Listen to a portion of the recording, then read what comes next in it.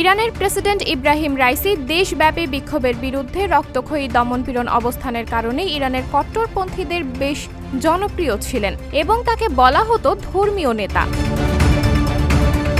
সেই ধর্মীয় নেতা গত রবিবার একটি জলাধার উদ্বোধন শেষে দেশটির উত্তর পূর্বাঞ্চলীয় তারাবিজ শহরে যাওয়ার সময় এক দুর্ঘটনায় নিহত হন। সোমবার ইরানের রাষ্ট্রীয় সংবাদ মাধ্যম থেকে জানা যায়, প্রেসিডেন্ট ইব্রাহিম রাইসি মৃত্যুর পর দেশটিতে প্রেসিডেন্ট নির্বাচনের নতুন তারিখ ঘোষণা করা হয়েছে। ইরানের সংবিধান অনুসারে প্রেসিডেন্টের পদ শূন্য হওয়ায় পরবর্তী 50 দিনের মধ্যে নির্বাচন অনুষ্ঠিত হতে হবে। তাই দেশটিতে আগামী 29 জুনের মধ্যে নির্বাচন অনুষ্ঠানের বাধ্যবাধকতা রয়েছে। এর আগে প্রেসিডেন্ট রাইসি ও তার সফর সঙ্গীদের বহনকারী হেলিকপ্টারটি রবিবার আজারবাইজানে একটি জলাধার উদ্বোধন শেষে ফেরার পথে পাহাড়ি এক এলাকায় দুর্ঘটনার কবলে পড়ে। ঘন কুয়াশার কারণে দীর্ঘ 16 ঘন্টার টানা অভিযান শেষে সোমবার তাদের হেলিকপ্টারটির খোঁজ পায় উদ্ধার দল। তবে এই হেলিকপ্টার দুর্ঘটনায় রাইসি ও পররাষ্ট্রমন্ত্রী হোসেইন আমির আবদুল্লাহিয়ান সহ আরও কয়েকজন কর্মকর্তা নিহত হয়েছেন। ধর্মীয় নেতার পরলোক গমনে ইরাক, লেবানন, সিরিয়া, পাকিস্তানও রাষ্ট্রীয় শোক ঘোষণা করেছে এবং ইরানে 5 দিনের রাষ্ট্রীয় শোক ঘোষণা করেছেন ইরানের সর্বোচ্চ নেতা